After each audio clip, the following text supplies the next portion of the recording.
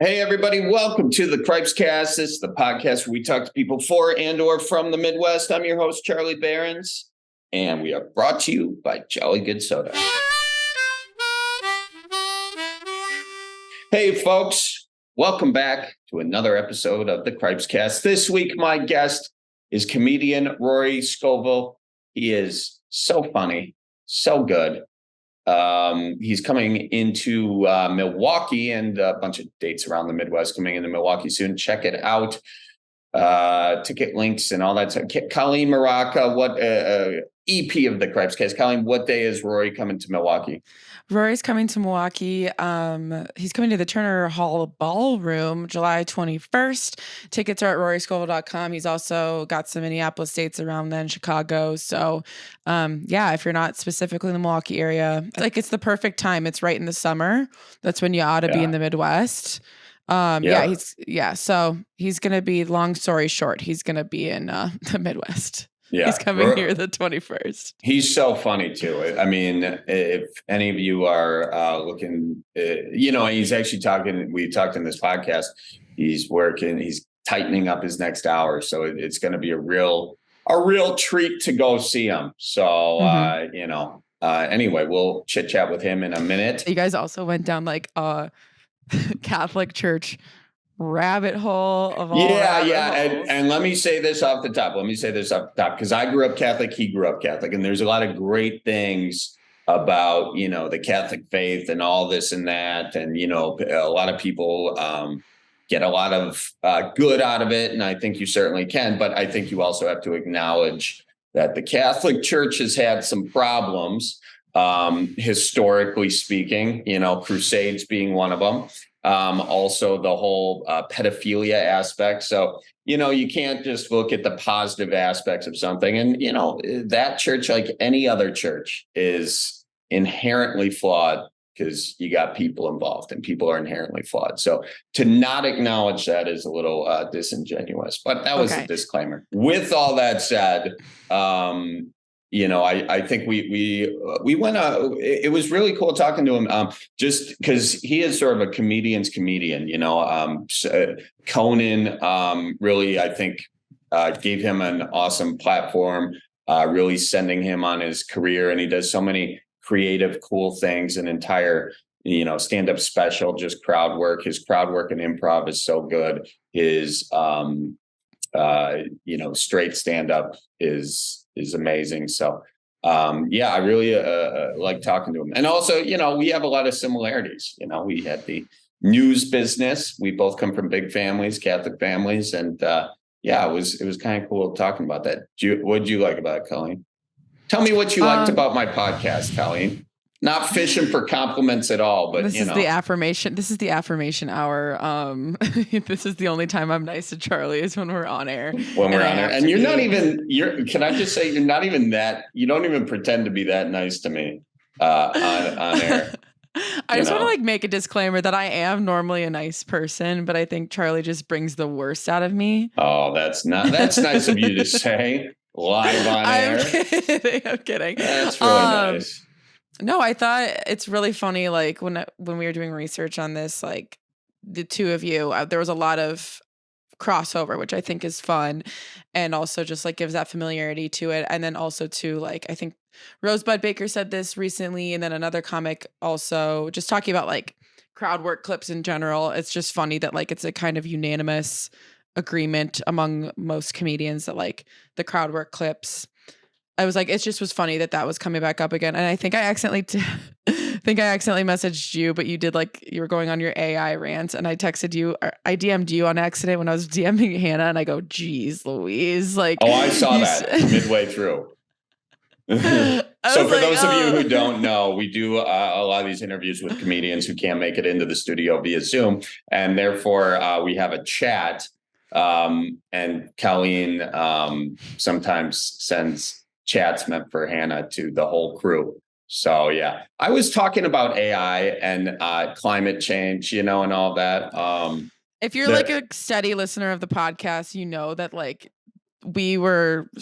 you should just start a second podcast of or a third podcast other than Bellied Up, of your thoughts just about like climate change and like letting your mind actually wander to like the deepest, darkest spots that you tend to go to? Well, I mean, I'm looking at it from, that's my background is in it. I'm seeing the writing on the wall get written faster than predicted.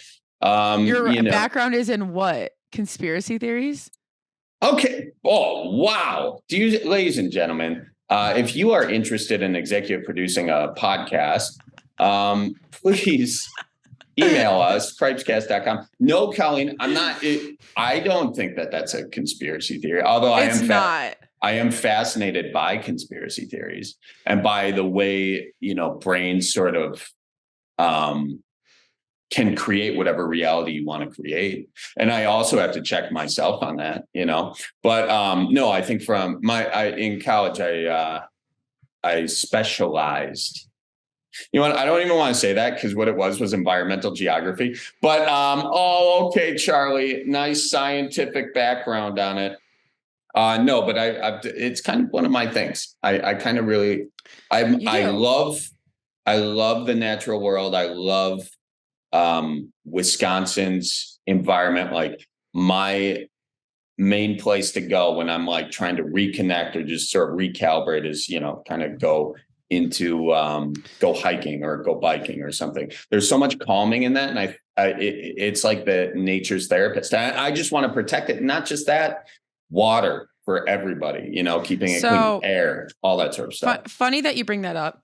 I have an annual camping trip that we've talked about, but one of the people just sent in our group chat that we plan stuff in. One of my friends sent in like the science behind a 3-day reset of going into the woods or going and being like without phone or connection or being with nature for 3 days. Mm-hmm. Like I'll send you this video. It's from TikTok, but it's a person on a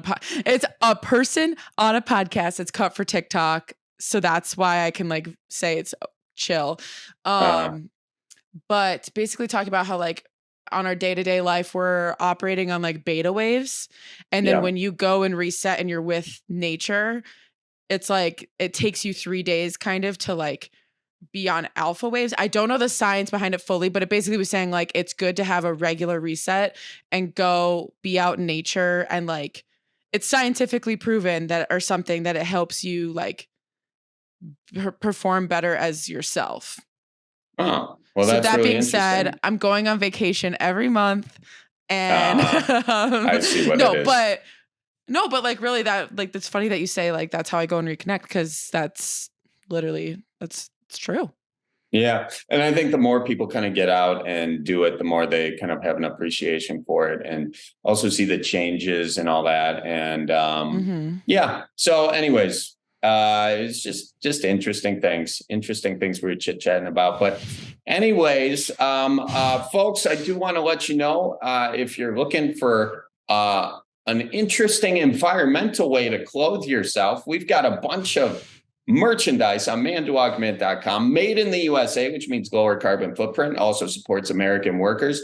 You can check it out, cripescast.com, click on the merch section. And you can also find us patreon.com/Charlie Barons. 2 great ways to support the pod. And yeah, with that, should we get right into it? Go ahead. Also, one other thing. Yeah. You guys were talking about tour. We have more tour dates coming up. So just like when people email in or whatever, or message in being like, when are tour dates coming up? We update the Cripescast website and charliebarons.com pretty much instantaneously as we know tour dates. So if you're like, also send us places that we should send Charlie for tour dates, but be checking our tour pages pretty regularly. That's when we will let folks know that you're going specific places. Excellent. That's all I want to say. And we also do a first look at tour dates, the initial push on the Patreon. So if you want like those initial blip on tickets, check that out too. All right. Well, that's enough promo-y stuff. Should we dive in, Colleen? Please. All right. Let's talk to Rory Scovel. So, yeah, where are you right now? Where's your home at? A specific address and location? Yep. And here's my social and credit card. I am in Los Angeles. I've been gone for about 2 months in Atlanta. And before that, I was doing some the tour, and now I'm back in LA before I start the next leg of this tour. Yeah, and you're coming, I see, to the Turner Hall Ballroom in Milwaukee. That's right. Yeah. Have you played that venue before? I have not. No, I've only played Milwaukee one other time. It was a comedy club, and I think it was probably, I don't know, 11 plus years ago. So pretty excited to get back. Was that the club that was below a strip club? I think so. Yeah. A lot of I can't remember what tapping it was heels. Yeah. Something like it that. was a long time ago, but yeah, I think that's right. Yeah. Yeah, it was a goofy one. Not a bad initial premise. I mean, I bet you could do a supercut of all the comedians making fun of that aspect of it. You'd probably get a nice little video there. Opening local banter always included the strip club for sure. Yeah. It's tough to avoid it on that, you know? Yeah. Right. I'll go. Fine. I'll go talk to the guy upstairs or something like that. Gal upstairs. I don't know. There's some jokes there. Are you excited to go back on tour? Or are you enjoying not? Yeah, I am excited. I was getting into a pretty good rhythm, and then I was fortunate enough to get cast in a movie that shot in Atlanta, so that kind of took me away from it. And so I'm excited. You know, once I had my rhythm going, that feels like such a comfortable space to be in for stand-up. So I'm excited to like find it again. But I will say, sometimes when you take time off, it's kind of great, because then when you go back to do the hour again, it's changed a little bit. You're out of the repeated script of what all the jokes, you know, like they change because you forget a little bit, you know. Yeah, because you haven't memorized to a degree, or at least the beats, and then you can live in it a little more and take the moments. That's you know, right. like, you ever shoot a special and then, I'm sure you probably have, and then you're still doing maybe some of the material because the special hasn't come out, and you're like, damn, that should have been the special. I know, yeah. And then you also like, you think of a tag that you're like, that was there the whole time. Or like, for some, this is what I love and hate about it, is like, to your example, like, then like the light bulb goes off and you realize, actually this joke should have gone after that joke, and I should have gotten rid of that one sentence that no one ever laughed at, but for some reason I kept saying doing it.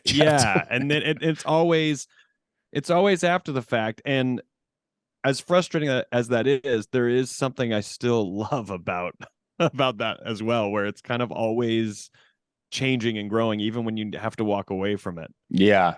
And I think, I think the next time I do a special, I may like tell myself I'm going to do this special, but no, it's not really the special. I don't think it's going to work, though. I think you need that, like, okay, this is it, to like totally screw yourself mentally.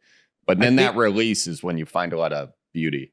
I think my goal is at the end of this tour in like November or whatever. We kind of keep finding dates here and there to add, but I'm hoping that all of this repetition of doing it over and over again, that either I do find those sweet gems that you're talking about that kind of appear out of nowhere before we record, or I get so tired of doing this hour that I don't even care. As we shoot, I don't know that for us comics that there is a perfect special where you go, and that was me peaking, and that was when I loved it. It's like, no, we usually record when we're so tired of it.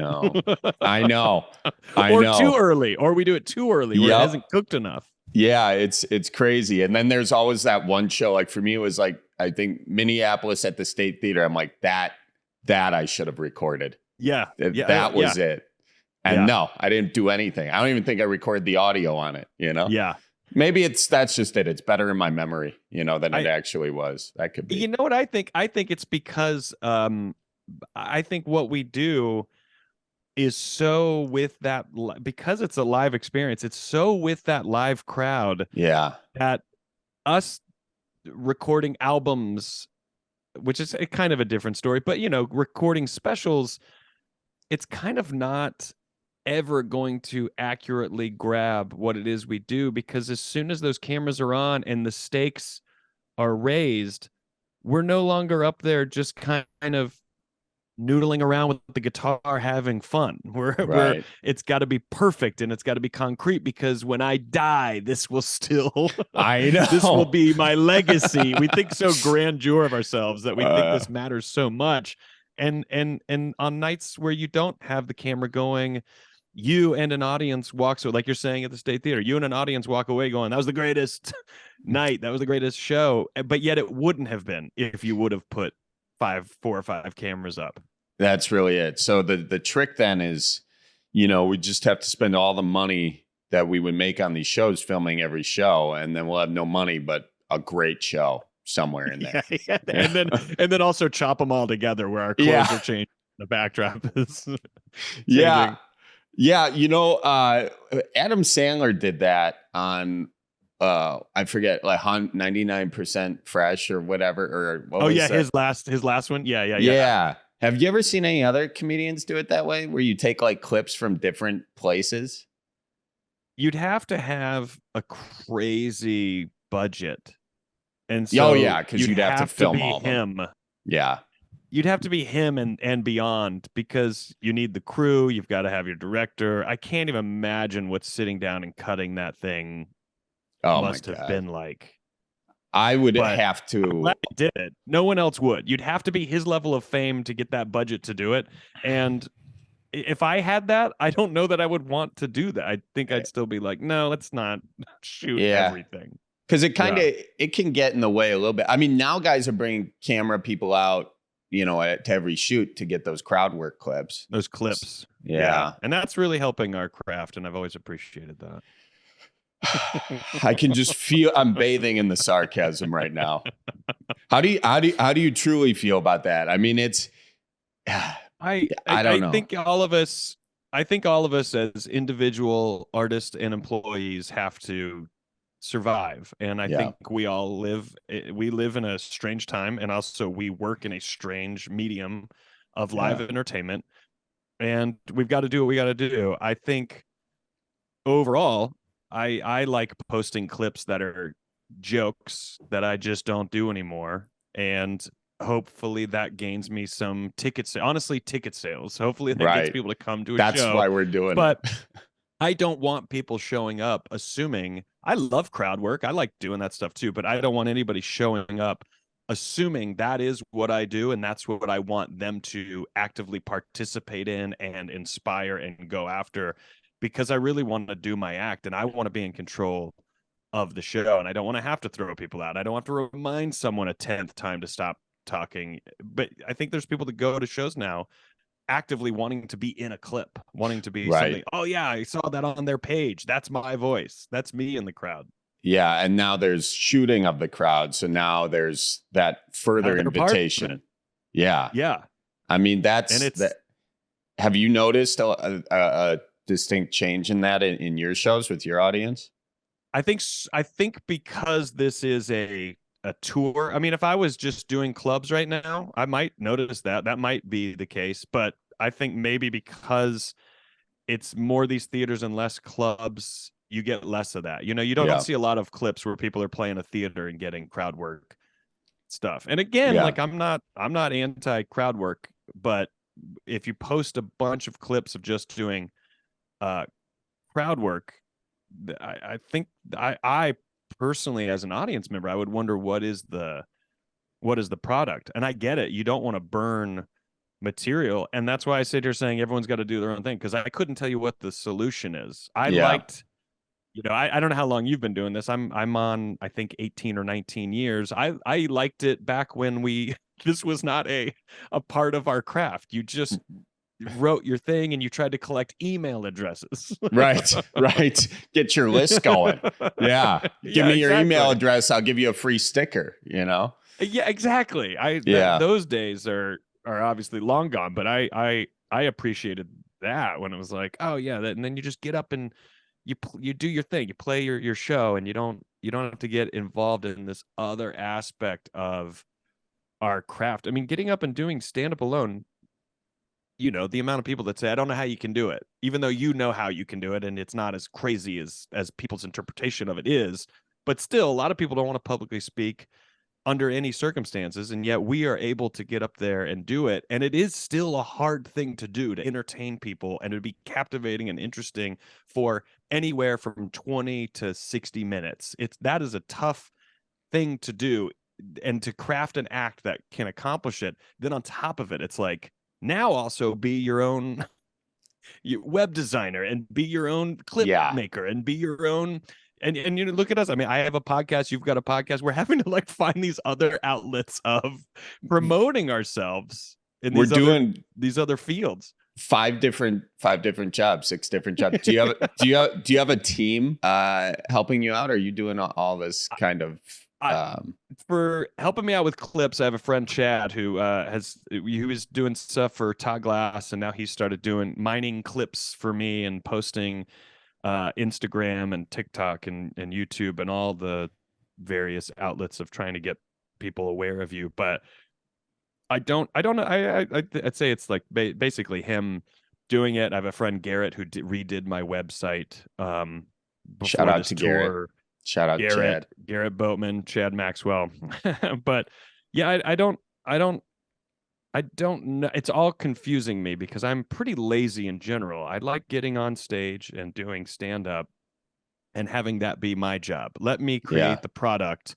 And if someone's like, this is what we should do with the product, well, then I'm all ears and I'm open to someone doing it. I just don't want to be the one to do it, because I just want to focus on what we do, and these are the things I enjoy. I like getting on stage and I like doing my podcast. I love those things. Yeah.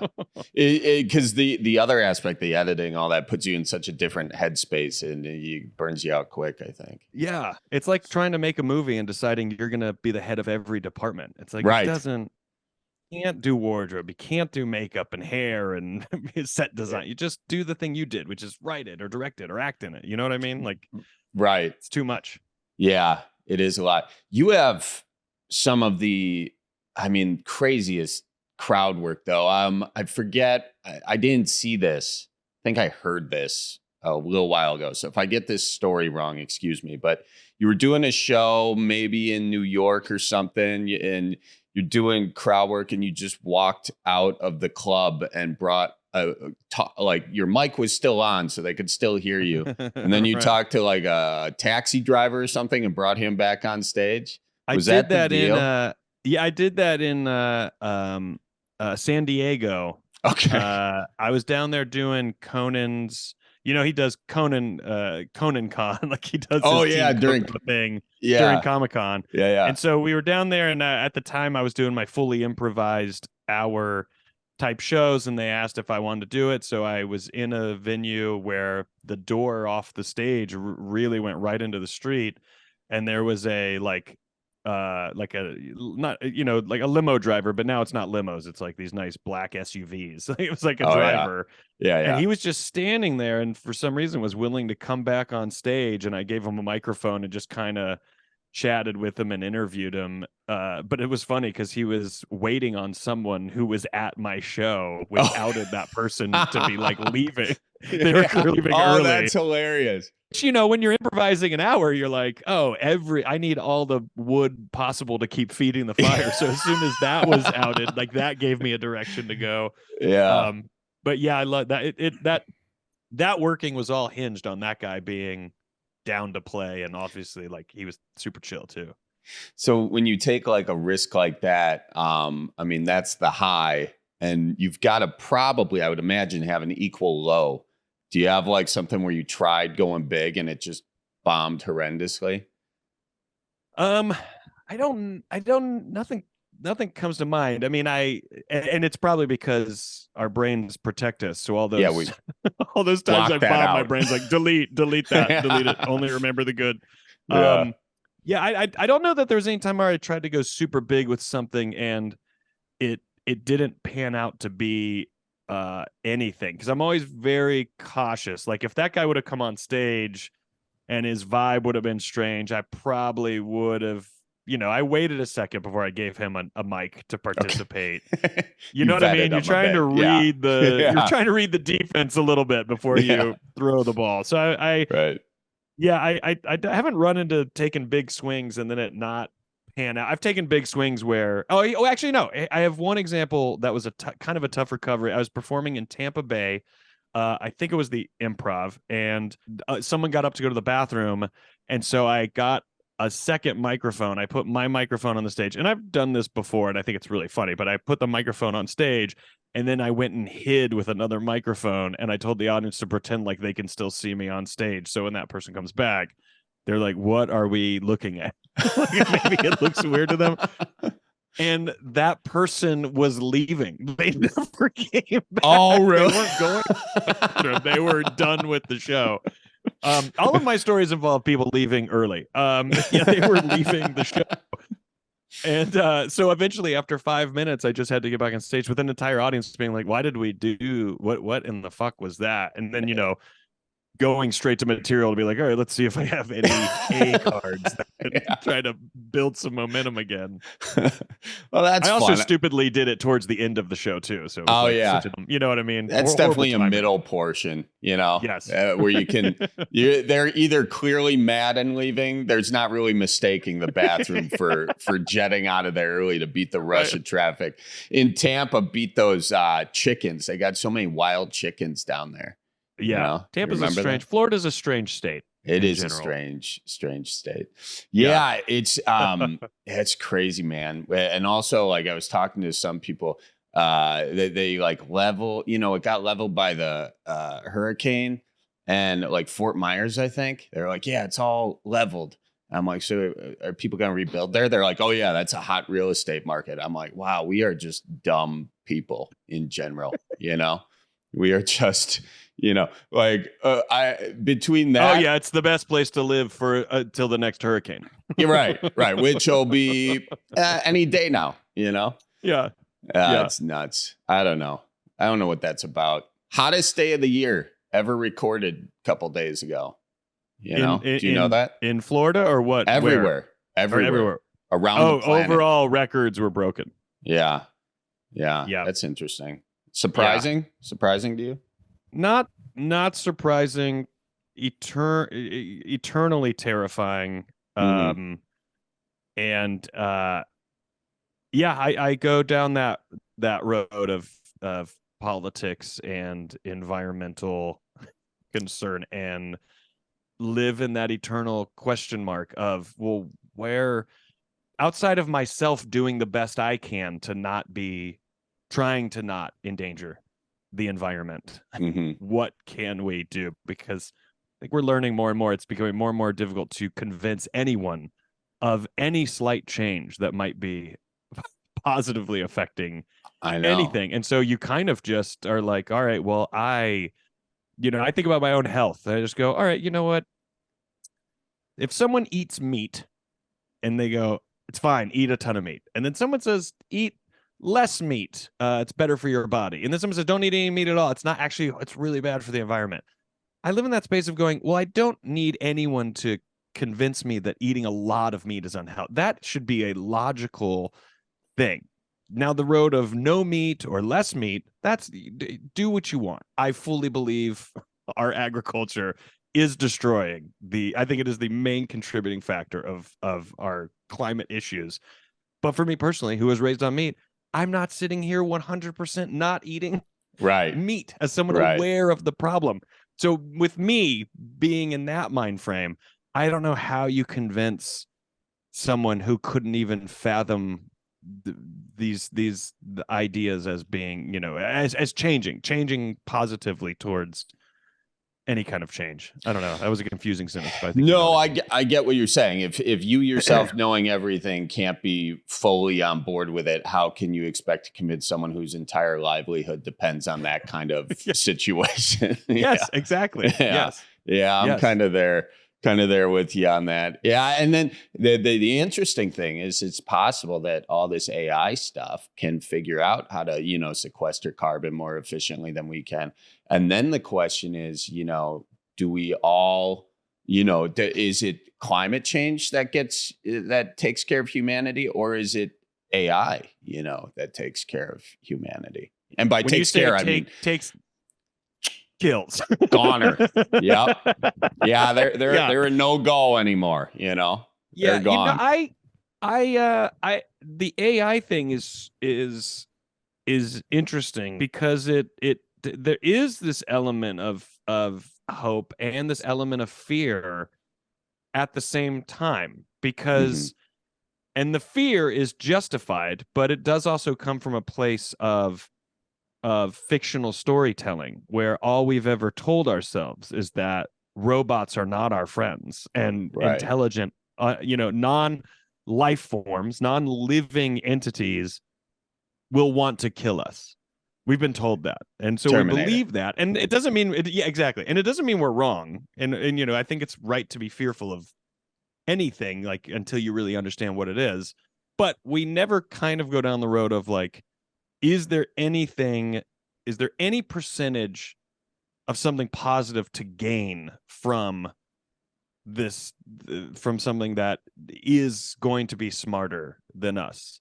Do we have to assume that it will be evil? Do we have to assume that it will learn that we are the problem? Or will it develop and just actually want to help us and be motivated to help us? I know this is a very broad statement because we can't fully identify what all things AI truly is or can be. But I wonder, can we benefit from it ultimately in a coexist kind of way? Can AI be the thing that goes, because humans trying to create peace with humans doesn't work. Well, I mean, and I always wondered, hey, if aliens came down from space, would that be the thing that gets everybody on Earth going, oh, we're all on the same team, because we actually need another thing. Right. We need a common enemy. Can AI be our moderator that says, hey, you guys need to shut up and listen. You can survive on this planet, but you need to do these things. And then we all just agree that's right or fake news. I read the funniest news thing today is that Republicans are now wanting to block a bill to extinguish disinformation on social media. And they are the political party that hypes how fake the news is. They constantly talk about fake news, and now they don't want to this disinformation. It's wait. I don't understand this. This is federal. This is Congress. Yeah. So I don't know the details of it because I was reading about it. By the way, if anyone listening to this, I get a lot of information from Heather Cox Richardson, which I think is a great outlet for not just current day information, but actually just historical, like where does, obviously easy one, where does 4th of July come from? But like details of like stories where you go, oh, that's an interesting tidbit from history I didn't know about, X. But also Judd at Popular Information, and everything should be read with a grain of salt, but I read both of those things. But yesterday Trump appointed Judge Terry A. Dowdy of the U.S. District Court for the Western District of Louisiana issued a preliminary injunction saying the First Amendment prevents the government from trying to stop the spread of disinformation. Oh, I see. Okay. Well, freedom of speech, I guess, right? So yes. And I historically speaking, I suppose yellow journalism, that's kind of what that was. So yeah, I mean it does. That doesn't mean that's going to make us any better. That's an interesting hill to go up and die on. I just thought it was funny because it's like, hey, it's everyone's First Amendment right to be able to publish fake news is like basically what highlights. Right. Yeah. You hate fake news, but now here's the thing going, hey, let's get rid of fake news. You're like, whoa, you can't get rid of fake news. That's not fair. That is hilarious. Folks, excuse the interruption, but I just want to thank Jolly Good Soda. Jeez Louise, Jolly Good is the best gosh darn soda. This side of the Mississippi or that side, you can get it at stores. If it's not in the stores for some reason, just go up to the manager and say, hey, where in the heck is a Jolly Good? And then in the meantime, you can go order it. The best soda in Wisconsin and the universe at jollygoodsoda.com. Do you think in order to work there, you have to be someone that calls it soda? Oh, no, you can, no, because they'll call it pop. I think they just had to pick one, pop or soda. And, they're random like Wisconsin. That's kind of soda territory. Fond du Lac, a little bit more pop territory if I'm going off my grandpa Bob. But, I think that they would be acceptable of anything unless you call it soda pop. Then you get fired. Or Coke. Yeah, you can't do that. Ladies and gentlemen, come on. That's a very interesting question, Colleen. I don't know the answer, but you can go to jollygoodsoda.com. Sorry if I got you off track. No, you were doing great. You were doing great. Okay. And speaking of getting back on track, Fleet Farm has everything you need to get on track to your summer shopping spree. Make your backyard the #1 hot spot this summer. Check out the huge selection of patio furniture, fire pits, gazebos, swings, and so much more. And fire up that grill with top brands like Blackstone and Weber with every accessory you could dream of, cooking up those perfect brats and impress everyone. And you're going to find everything to make the best backyard space on the block in one stop. Fleet Farm. We love it. And finally, folks, for all your Midwest merch needs, go to mandwalkmint.com. We're already halfway through summer, folks. I hate to say it. Time flies like a banana, but that means fall's almost here. The football weather, the bonfires, we got them hoodies, ladies and gentlemen. You know what? I'm not even going to say summer's halfway over. Forget that. I hate when people advertise summer halfway over. Forget it. No, summer is here to stay. But just in case it gets a little nippy, check out our sweatshirts, mandwalkminute.com or cripescast.com. Click on the merch section. And, of course, you got to keep cold what keeps your internal sweater consistent. And that's koozies, ladies and gents. We got koozies, all varieties, cribbage boards, cards, whatnot. Check it out, cripescast.com or mandwalkminute.com. Click on the merch section. And now, ladies and gentlemen, back to my conversation with Rory Scovel. Speaking of news, you were a newsman back in the day, weren't you? Right. Yeah, I worked at a local news station in Spartanburg, South Carolina. I was doing Spartanburg. Camera. Nice. Yeah, camera so guy. I had headphones on that were slightly bigger than these, and just framing up shots, getting the anchors. Oh, you were an in-studio guy. Did you ever go out and about or just in studio? The only time I went out and about was to try to get footage of as many Friday night high school football games as possible. So there'd be two of you. You'd go as a team. And there in the upstate, there are so many high schools and there's so many games. And I think News Channel 7 prided itself on somehow collecting a significant amount of highlights. Like that was their claim to fame. So we really hustled. So if you and I were on a team, one of us would drive feverishly to a game. You would jump out and you'd try to get one complete pass, a pan to the scoreboard, because by the time we report the results of the games are over because it's 11 o'clock. Yeah. But the games are always at like 8 p.m. So a bunch of different groups of two, sometimes you'd go by yourself, whatever spread people out, and you'd have 5 high school games you're trying to go get footage of. And you get your standard stuff like there's the cheerleaders, there's the crowd, there's a play, there's the coach mad, there's the scoreboard, and we're off to the next. And then someone would quickly cut all that together, and Pete Yanity would sit there and while all those are playing, the clips are playing, everyone in the studio, we're sitting on the stage because you're not getting any footage of the actual anchor. And we're just watching the screen, which keeps showing highlights while we hear him talk about the scores in the game. You're like, that was a long story you didn't ask for at all. No, it's like you're like Nightcrawler for football. Yes, that is a perfect description. That's exactly right.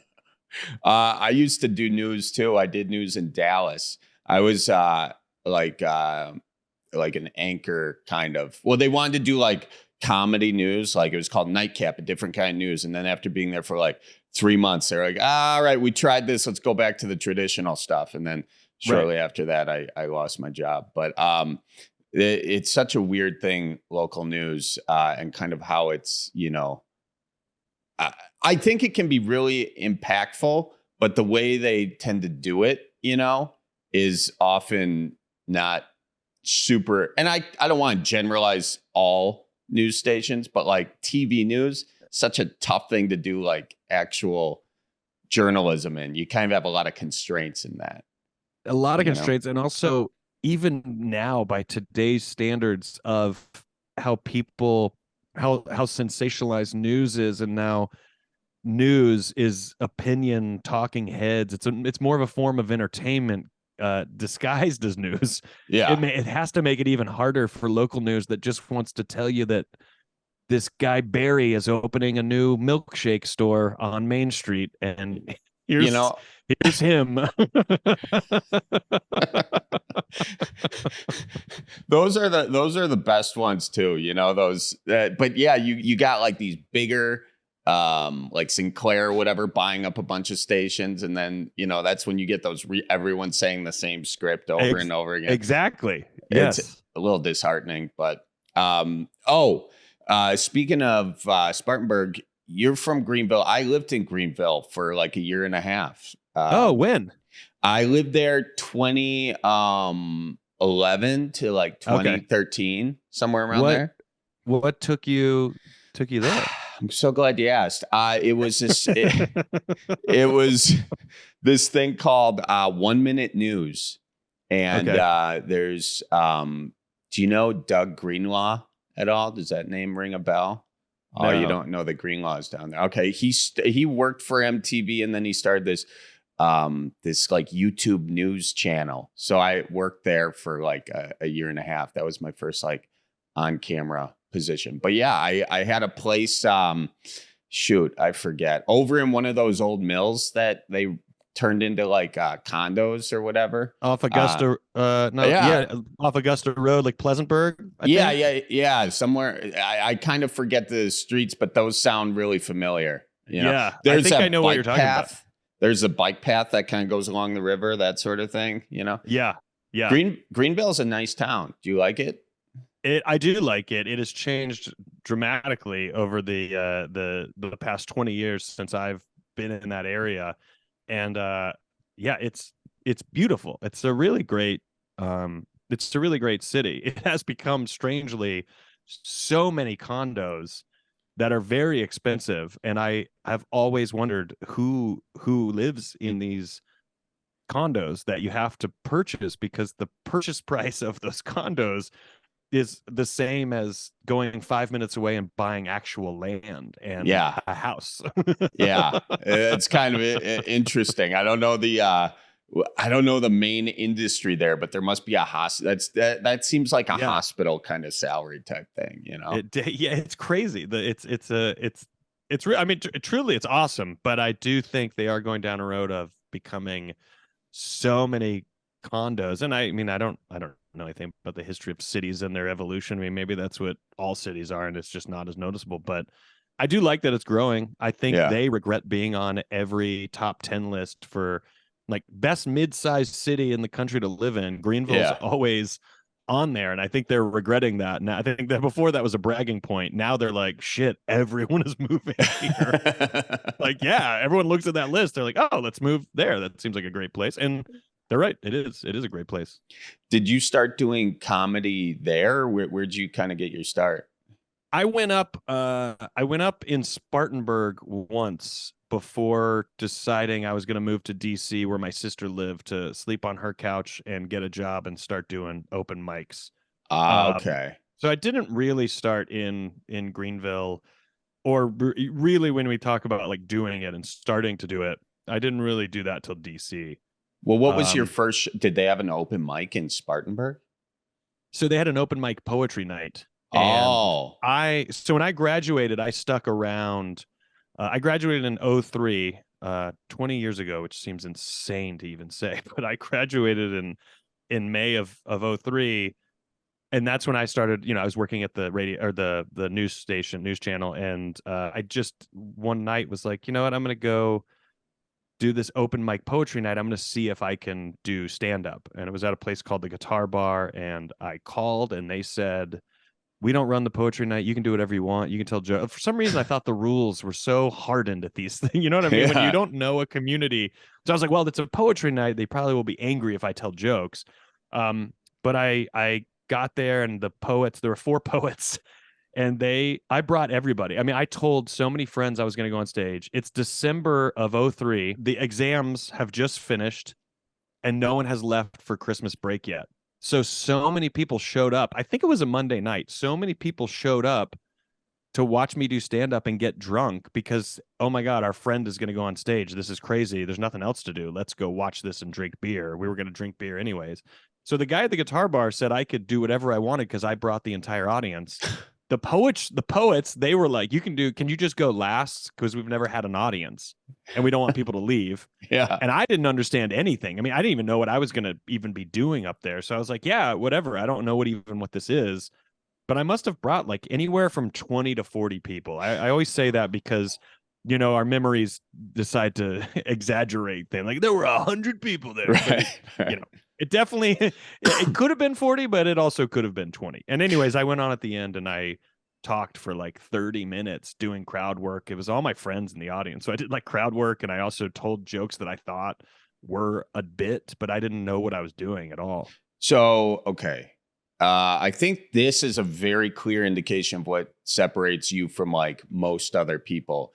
Like most people, their first open mic, they're going to like look it up and not tell a soul and sign up and quietly be terrified, go up there and bomb their face off and not do stand up for another 6 months because they're traumatized. What was it that you had the confidence to bring all these people to your first time on stage, and then you do crowd work for most of the time? Yeah, I mean, so I tell it to not in defense of myself, sort of a devil's advocate. I think what gave me the confidence to do that was the fact that I invited, the whole audience. So I was literally in front of people that it was easy for me to be in front of. I see. But I didn't really invite people thinking. Yeah, I didn't mind showing off. I was always funny. I liked getting attention. Even on the soccer team, I would try to like make jokes, and I didn't mind doing bits at parties, and I didn't mind getting laughed at, even if it was negatively. I just didn't mind performing. And so I just told people, because I think I kind of thought, hey, they'll enjoy this because maybe I do well and they laugh, but also maybe we have something to laugh about because I am awful at this. Yeah. So it's like either way, it's entertainment. Yeah. To be even crazier, after that night, I was then going to visit my sister in DC on the high of going, oh man, that was fun doing stand-up. I get to DC, I look up if there's anywhere for me to go try it up there. We find a place at a Best Western that's doing an open mic night. I show up there. My sister tells all of her friends, my brother's in town and he's going to try stand-up. So again, I show up. This time, I think with like 10 of my sister's friends. And again, this place goes, you can't just come here and like get on stage. You have to like sign up. Everyone here was booked to do this show, but there's no one there. And I have 10 audience members, and they know that if I leave, the audience leaves. And I'm not using this as collateral. I don't even know the power I currently have. I don't realize, they need me. I'm not realizing any of that. I'm just like, in my head, I'm like, we'll just watch. We'll just hang out and watch the show then.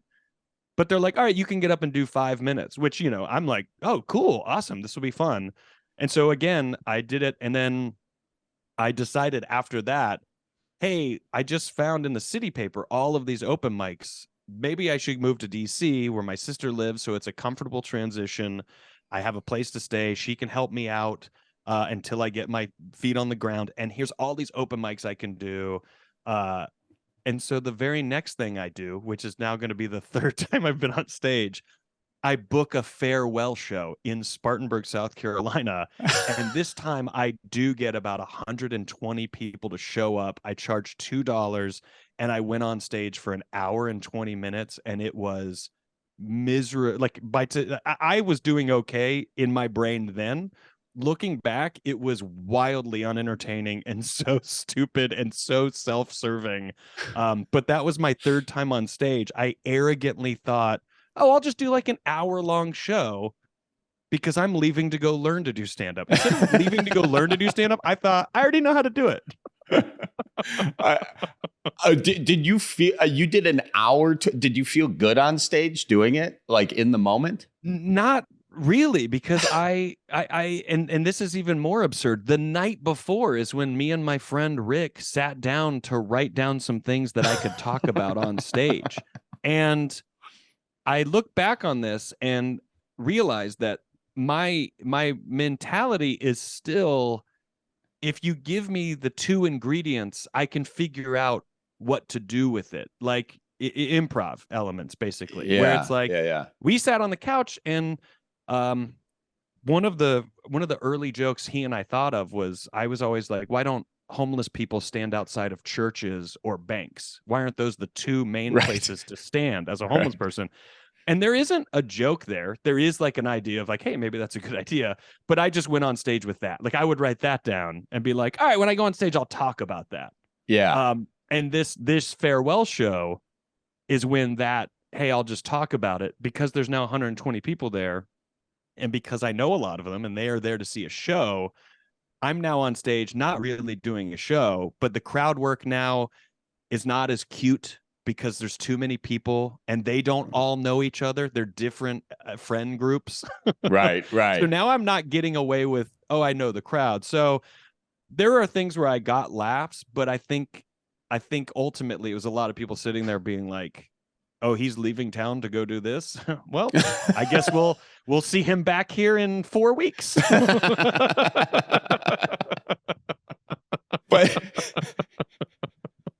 But what I find funny about that is like, you still stayed on stage for an hour, 20 minutes. Most people would have bailed if it wasn't going great after 15, you know?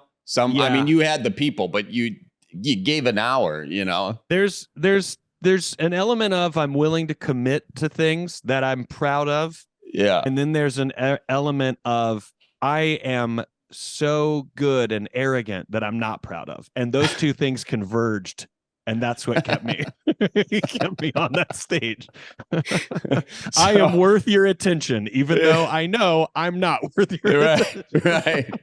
Right. Well, that's what I think, that's what probably makes you great at the whole deal. So when you went to DC, and seems like you already had your moment where you said, this is what I'm going to do. Did you have doubts that this was going to be your career at that point? Or at that point, I didn't. I felt weird that I left my college town / kind of hometown, because some people from high school came to the show. I felt weird, like I left negatively, like, oh, I had a bad show and now I'm leaving to go do this thing. Like that was my own interpretation of that experience, was, oh, maybe I'm an idiot. But also very excited because I'm about to move to a new city and it's a whole new adventure. And when I got to DC, my sister went out with me, Natalie, and we went to all of the open mics listed, all of the shows that you could go to that were like of a local level, not like the Improv or anything, and watched the show, talked to who ran the show, signed up, and it's funny, the wait to get on all of those shows was about a month. So I signed up at all of them, and I found the date that I would be coming back to get to perform. And I immediately signed up to start learning improv at Washington Improv Theater, started taking classes, and started going on stage a month later, and was sometimes okay funny, but bombing a lot also. Bombed enough to where I said to my sister, I think I got it wrong. I don't know, that maybe I got lucky. The few times I was good, maybe it just worked. The crowd was good, and I don't know. I don't know why. And my sister gave me the best advice. She said, well, just give it 6 months before you give up. And in 6 months, if it's bad, then it's bad and you can stop doing it. And for whatever reason, that released me from the prison of expectations. All I knew was, hey, in 6 months, I can just not do this anymore if it's shitty, but I'll just do it. And for whatever reason, that pressure of it needing to be good went away instantly. And I started doing a little bit better. I started becoming friends with the other comics. As you know, we feel like we found some underground community that you wouldn't have found in any other context, because the personalities in stand-up are so wildly different but yet we're all crammed together and we realize, oh, we actually are friends, even though this person is wildly into Star Wars and I played college soccer and maybe we don't have anything in common, but we do have a lot in common because we both love stand-up. I started to become friends with a lot of the stand-ups and it just started to get better. I think DC was an incredible place to start stand-up because I think the talent level was really high. A lot of people that were starting were really funny. And so you just fought to keep up and try to be as good as, everybody else. Yeah. I mean, that is killer advice from your sister. I remember the first time I went up, it was some I don't know, some coffee shop outdoor. So I really set myself up to fail there. And then I was so horrified by my bomb, I didn't go up on stage for like 6 months after that. So that whereas you were cranking for 6 months, I was doing nothing. So yeah. That I love that advice. Speaking of your sister, you have a bunch of siblings, don't you? I do. Yeah. I'm one of 7 kids. I have one full sister, and then I have 5 younger half siblings. We all have a different mother, my older sister, and then the 5 youngest. Got it. Okay. I'm one of 12. So I found that interesting. Yeah. Goddamn one of the Duggars over here. I know. Yep. A lot of folks in that family. I'll tell you that much. My parents, they had their hobbies. We'll say it like that. So, did you, what were you a Catholic or something like that? Catholic. Grew up Catholic? Yeah. Do you, it's always Catholic. It's always Catholic. Catholics with the kids. Did you do Catholic school or anything like that, or CCD? Yeah. Did you? Yeah, did all that. Did Catholic school from kindergarten to 8th grade, then Episcopalian high school, and that's when you I was switched also over. doing CCD. Yeah, there wasn't at the time they were starting a Catholic high school, but it was so early on. We went to a more established like religious high school. I went there for 3 years. I failed the 10th grade. So I attended 10th grade. So I went 9th, 10th again. And then I transferred from there to a public school to do 11th and 12th grade. Okay. So usually if you fail a grade, you go to a different high school. So nobody knows really I know. But you decided to double down on the bomb, huh?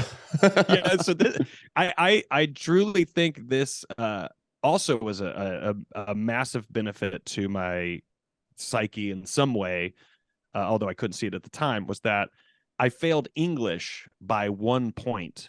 So all the other classes I passed. And at this particular private school, for me to get credit, I couldn't just go to a summer school or anything and get a better grade and then just move on to the 11th grade.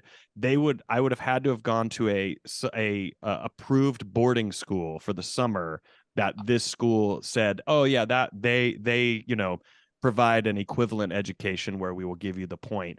And that we would have had to pay for that. My dad worked at the post office. He was like, no, you're not. You're just repeating the 10th grade. So I went back to the 10th grade at this school. All my classes, I'm in the 11th grade. But for English, I have to repeat. But overall, my status is that I'm still in the 10th grade. And so the first day of school, all the grades are broken up in a different location in the school to have like assembly. Yeah. And I walk in to the 10th grade and everybody goes, oh no, Rory, the juniors are in the theater. And I openly had to be like, no, I have to repeat the 10th grade. And I had to openly state that. I had to swallow it down. I had to deal with it. And also that teacher that failed me by 1 point, she was right. I was a bad student. I was wildly ADHD, undiagnosed at the time. And so I needed like something. I needed to be held back. But it changed me. It made me have to confront this ridicule and sit in it and live with it. And that kind of informed me, created my, core personality, I would say, for the rest of my life. I can now sit in this ridicule of any moment and not really be affected by it. It really That's started that, you know. so that's it. That's how you were able to do an hour 20 minutes of which you admit was bombing half the time. Oh my God. that you know, that's a lesson to everybody out there who failed the 10th grade. You know, it's stand up. Yeah, do stand up. You're not, accounting is not for you. Oh my God. Yeah. Okay. That's great. Oh, so on the Catholic thing though, did you do like confession? Did you do all of that? Yeah, we did all that. We did confession every Wednesday. We went to mass at school. We did, you did communion in the 2nd grade. You did confirmation, I think, in the 7th grade or something 7th, like 8th, that. something like I don't that. remember. Somewhere in that middle school region. And yeah, I did all that. And all through high school. Do you have any confessions that you're particularly proud of? So many good ones. You know, I think because of religion and because of my dad, I think I was a pretty well-behaved kid. I was pretty afraid of getting in trouble. So I wasn't like, I never was like a troublemaker. I always like thought rules really like the kids that are always like, who cares about rules? And you get older and you look back and you're like, yeah, I guess they somehow knew. Yeah, some rules are kind of stupid. But as a kid, I thought every single rule really mattered. And like you had to be a certain way. Because 1, I thought you would go to hell. Or 2, I just thought I'll get in trouble with my dad. Yeah. So, yeah. Yeah, I still think I might go to hell. Was your dad, is your dad a hard ass?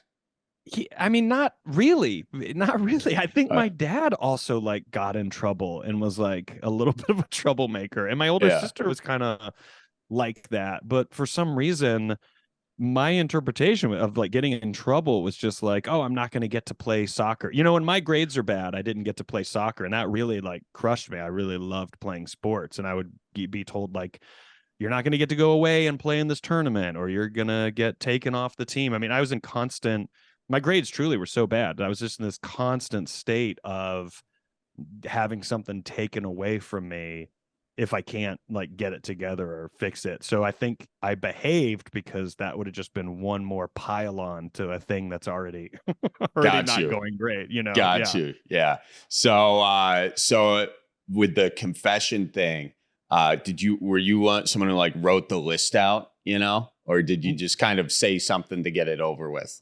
I think the irony, I would just say something to get it over with, and I say irony because I think that meant I was lying. Totally. Yeah. Yeah. There was one time I told the truth in confession. I confessed there was this adoration chapel and there's chain smokers. There would be all these used cigarette butts. So I confessed, me and my buddy, we would go find those used cigarette butts, find some good ones and go smoke them in the woods. Yeah. And I confessed to that and the priest like let me have it. And I was like, wow, that's the last time I tell the truth in this place. You know, forget that. I've learned my lesson. Yeah. You know, I, also at my school / church, because it was all combined, the Monsignor, I can't remember what age it was, but the Monsignor was removed because he was accused of molestation and pedophilia. And that was such an amazing moment because I watched all of these adults defend him. And looking back, like truly my memories, even if you looked at pictures in our yearbook, like he would walk around at lunch and like be touching our shoulders and like going around it, like, and like adults would watch him do this. And then when he was accused of this, I watched them all like really defend him and saying, you know, oh, these people just want attention. These everyone wants the attention of I was molested. That's such good attention. You get so many endorsements. You get so many endorsements out of that kind of accusation. But he was accused of this, and it wasn't until recently, and by recently I mean maybe 4 or 5 years ago, I like decided to look up. I Googled him because I was like, what happened with him?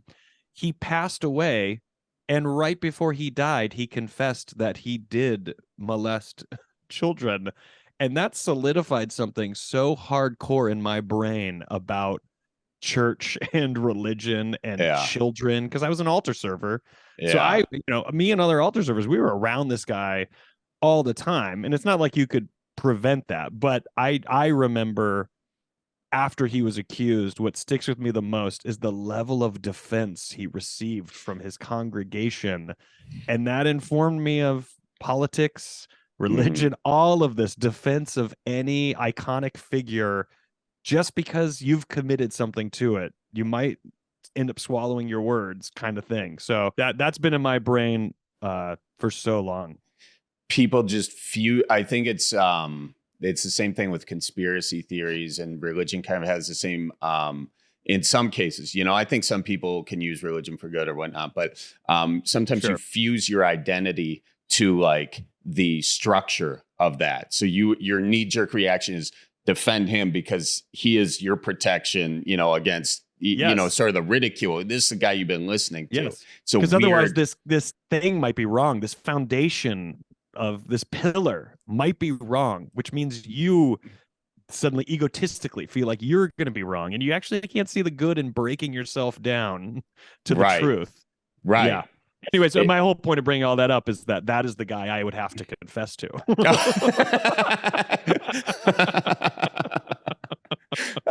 It's such a beautiful irony right there, isn't it? But beautiful, I mean, disgusting. As an altar boy, were you like the bell ringer? Were you the guy who brought the book up? What was your favorite altar server job? When they brought the bells in to be rung at I think it was like 2 or 3 different moments during like the start of not actual communion, but like getting the Eucharist ready and all that. I remember when that got introduced, that was such a big deal to get to like ring the bells. But also I think it was always a cool thing when you got to lead by carrying the cross. You got to lead up and put it like in the thing. That felt like very like a big deal. I had some anxiety about doing that because it was like kind of a top heavy cross, you know. It was tough to like. That cross could have easily killed my other altar server buddy. You know, there were a few times that shit almost happened. Maybe that's universal, because I remember that the one we had was also like kind of top heavy and was like a little too heavy for like our age. Yeah, probably because, you know, they made them out of gold or something. You know, we could give this money to a well-deserving cause or make the thing that was originally wood and make it gold for God knows what reason. To that point, another moment I remember is that Monsignor at Mass. I think it was like a 6 p.m. Saturday night Mass. I was an altar server, so I'm sitting up there, and the Monsignor is you know, he's in the throne, really, which is what it is. And there's a guy doing the first reading or something. And this homeless guy who always was around our campus, like off campus, but was always around, hobbles really down the center aisle. And the guy's doing the reading, but like noticing him and then kind of turning to the Monsignor. We all look at the Monsignor like, what is this moment? And the Monsignor is beet red with anger. He's so mad. And the homeless guy hobbles up to the altar and puts $5 on the altar and leaves. And I remember seeing the Monsignor so angry about that. And that has stuck with me as a core memory of what this is. This guy who has nothing gave what he had. And from what you as a structure have taught me, this is the most Christ-like behavior. And yet you who taught me this behavior is mad at this guy because it's interrupting the show. Right. It's interrupting everybody else's checkbook coming out. Whereas everyone's like, oh, what is he doing at this moment? And you go, I think he's displaying what it means to not have greed or consumerism eat you alive, and he has nothing and he's giving what he has. Like literally this reading is probably about this guy. If only people were actually listening when it was being read, you know. But I'll never forget that moment, because I kind of couldn't believe what I saw, because I knew that guy was homeless. I'd seen him at school and around the campus. And yet looking at Monsignor and how angry he was, and I was like trying to put all this data together, and I was like, wait, and so at a very young age, I was like, what is this really? What are we doing? Because I mean, I still talk about religion heavily in my act because of the upbringing and the constant guilt and the perception of what our life is and what experiences are and what happens when we die. Like all those things like not plague me, but I have an obsession with them because of the brainwash element of it, if you will, of someone going, no, this is reality. This is what things are. And then to witness a moment like that was like, wait, what? Yeah. What is any of this? Yeah. Yeah. I mean, I think, I got a lot, anyone who just doesn't like questioning of things or asking why, when they start to like dislike that aspect, that's when, I feel like you're kind of in the wrong place, or at least asking the right questions, Yes. Yeah. That's interesting though. And do you still have that? I still got that guilt, for like, it drives, I think, a lot more, maybe more parts of my life than I still wanted to. Do you feel like you got that, or have you like kind of released that a little bit? It's interesting because I keep wondering what the guilt is, or what I would feel as someone who hasn't actively participated in any of it. I think I feel more of an anger that it so heavily influences the actions of so many people in a negative way, or in a judgmental way. I think I hate what it ultimately is doing to people's perception of each other. But I think I have never been able to release myself of the overlord watching and noticing who's being good or bad in a very Santa Claus kind of fucking way. But I think there's also an element of that because my mother passed away on my first birthday. So also my perception of her and any connection that, if someone's like, oh yeah, and when you die, you'll get to meet your mom, like that kind of like heaven, you'll go to heaven. I think because of that, I also have that overarching, she can see me. She knows what I'm doing. So I think, I don't know if guilt is the right word, but it does kind of mix into that, is that I still have this perception that we are watched and we are tested, and all of this exists in this test kind of way. And as much as I don't think I even believe that, I can't seem to cleanse that out of, it's almost like that is so seared into my brain it can't change, that my perception of our lives is that it is a test of some sort. And I really hate that, because it creates guilt for sure, but it also creates a level of unnecessary anxiety and you questioning your thoughts and actions when, some of them you're not even in control of. Like our thoughts, we have no control over our fucking thoughts. Like they're there. Like when if you're not out hurting people or yourself, then I don't know what better you can be doing outside of someone who's given their life to others in a selfless act of whatever. I don't know what you can do. I feel very neutral as a person. Like, hey, I try to help, but also I don't knowingly hurt anyone. Right. Do you think, I mean, that's so interesting, that dynamic with your mom too. I mean, do you think, I guess, being raised Catholic with that, I mean, do you think those are foundations for you as a comedian as well? Like having that sort of resentment of kind of like an overlord type thing, or maybe questioning just the systems at play? I think so, in terms of questioning. I think when people say there's always like events in our lives that maybe influence us to be comedians, I can believe that. I can also believe that isn't necessarily a necessity. Because there's plenty of very funny people who are like, my life was great. And I'm very happy. I just happen to be very funny. I get it. But for me, I would say the tragedy of my mother and religion, for sure, led to me asking myself a lot of questions that I didn't ask externally, that I just kind of wondered internally. Like, well, if God is this, then what is this? And if this is how this got here, then how did that get here? And like, I think it just created in me someone who asks a lot of questions, and that led to me being able to, in my older age, and by older age I mean around 24, find material, because I actively asked questions, and I thought about things, and I tried to find the other side of things in that sort of, and be a little bit of a contrarian to like what people thought. I think because of those two tragedies, I would say the audacity to get on stage and publicly speak, I couldn't really say where that comes from. I think that is an element of something that doesn't exist because there was a tragedy or anything like that. I think we're just wired to be fine with attention and public speaking, and because of our egos, we really like how it feels when people laugh at our ideas. Oh yeah.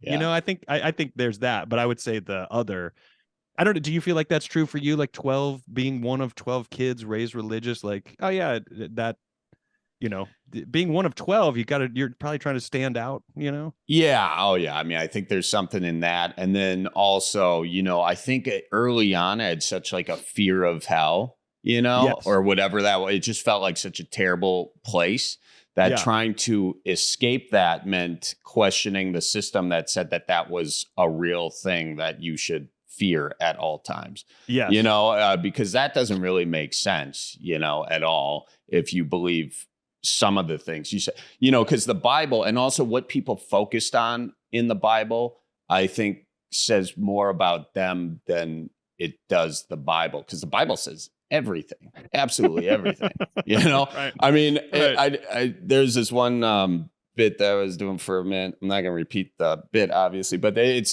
this passage where this came from Jesus's mouth, where he said, "Sell your cloak and buy a sword," you know. And it's like, so I don't want to hear anything from anybody about any gay stuff unless you have a sword, at least, you know, because Jesus never said anything about being gay.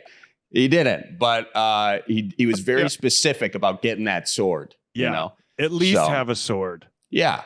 And if you're walking around with a big fat winter coat and no sword, well, that's just a slap in the face to the whole deal right there. That's right. You know? Yeah. That means you are a devil worshiper. That's when you love the devil. I mean, that's what I'm thinking, you know? Yeah.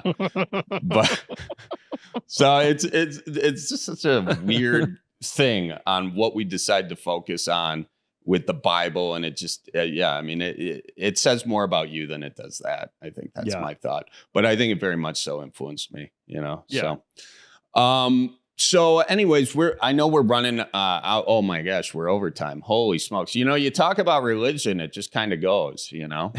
Once you go down Monsignor's molesting kids, it really extends. It extends. Anyway, so on your next on this next leg of your tour, I suppose, can people expect, and again, it's at Turner Hall Ballroom in Milwaukee, can people expect sort of the more crowd work side, more of the material side? What do you want to give any insight to what you have in store? Do you not like doing that? Of the times I've done like the improvised shows, this will not be that. This is a lot of material that was born out of improvised shows in the past, but no, this will be more of a tighter hour that I'm hammering together. And I feel like it's pretty tight, but as we were saying earlier on, it can always be tighter. So I'm in that quest of trying to drop out stuff that gets an okay laugh and things that never get a laugh. And I'm constantly trying to carve it up. But yeah, this will be more of a tight hour that I'd like to try to shoot before the end of the year for a special, and then move on to starting a new act. Nice. So yeah. And for the next special, are you going big room, small room? Do you have any preference on that?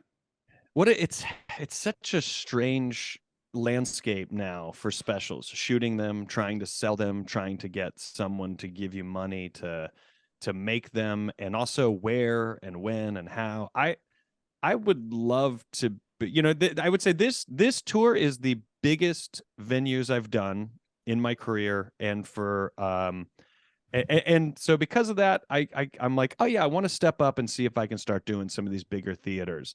But I feel like the reality is, if I'm sitting on my couch to watch a special, I don't really connect that well personally with a special that's shot in this giant venue. And also, I would say right now in my career, I don't know that it I could try to fill a big theater and try to really sell like, this is where I'm at, even though I'm not really there yet. So I think I'd like a mid-size theater. I think I'm a 500 seater type guy right now. On this tour, we have some that are 1,000 seats. We did the Wilbur in Boston, and that was it wasn't sold out, but that was probably the most people I've been in front of. The 930 Club in DC, that was a big one, but I don't think I can do these giant places and sell 2 shows worth to shoot a special. And also, I don't think I'd want to. I think I like intimacy. I think what we do is still a jazz club art form, no matter what. I think that's just what it is. Yeah. And I love that 500. That's such a great sweet spot, because it also avoids people shouting stuff out, thinking of the whole crowd work thing. It's a different vibe, but really, and the laughs are usually good in that. Sometimes those bigger theaters, they're meant for music or something, so it dampens the sound. So I agree, and it kind of travels a little too far. And I agree with that. That's awesome, man. Well, thank you so much for coming on. If people want to get tickets, where can they go do that? The best place is roryscovel.com. Right away, you can scroll and find any of the links to any of the cities that you might be looking for. I think that's the best place to do it. And then my own podcast, Pen Pals, if anyone is interested in checking that out. It's really my two things are public speaking or pre-recorded co-hosting a show with my friend Daniel. It's a great podcast too. I definitely recommend people check it out. That's awesome, man. Well, hey, dude, this was such a joy, man. Thank you. I'm a huge fan of you, so thanks for jumping on, and it was awesome to chit chat. Thank you for the conversation. I appreciate the invite, and I'm glad this worked. This was my therapy. You were my therapist. Oh, that's good. I'm glad that we got, we dove into high school a little bit, early childhood trauma. We got it all. So I love it. That's right. Awesome. Well, awesome, thank you. Man. Yeah, have a good one. I appreciate you. You too. Take See care. Ya. Bye-bye. All right. Huge thanks to Rory for coming on and allowing me to, be his therapist. That's a nice little gig. I feel like we really got somewhere with him, accessing his inner child and whatnot. I feel like I had a little therapy too. It was kind of a mutual go there. So, anywho, Colleen, where can you, I know Rory just said it, but do you want to remind folks where they can find all his stuff? Yeah, find Rory on social media at Rory Scovel, RORYSCOVEL. And then he has his podcast, Pen Pals, wherever you get your podcasts. For tour dates near you, specifically the Turner Hall Ballroom, go to in Milwaukee on July 21st, go to roryscovel.com. But he's also in Chicago, Iowa, Indiana, all of his fun stuff. So head up there. And then his specials are online on his website. It's linked and they're pretty funny. So yeah, go check that out at roryscovel.com. And then find us on all platforms at Cripescast, at Charlie Barron's, at Mantalk Minute, across the board. And if you want to see behind the scenes, this week we put out a Q&A with fans and Charlie answered questions specifically about birding, which was just so riveting. Love it. Go to patreon.com/Charlie Barons and you can see that there. If you're listening to the podcast anywhere, please subscribe and rate and give us any feedback you want, only if it's nice. Specifically, you can see our video on Spotify and YouTube. Awesome. Colleen Maraca, thank you so much. Shout out to Hannah Milos for editing this sucker, and everybody else, you keep her moving and watch for deer. Bye-bye. So roll out the barrel and get the band brewing. Life's got you down, just keep her moving. It's on Wisconsin, the Badgers say it's the old Wisconsin Jubilee. Sometimes when you're ice fishing, you put your foot in the walleye hole and go ass over tea kettle and you think you're done. No, you gotta keep her moving.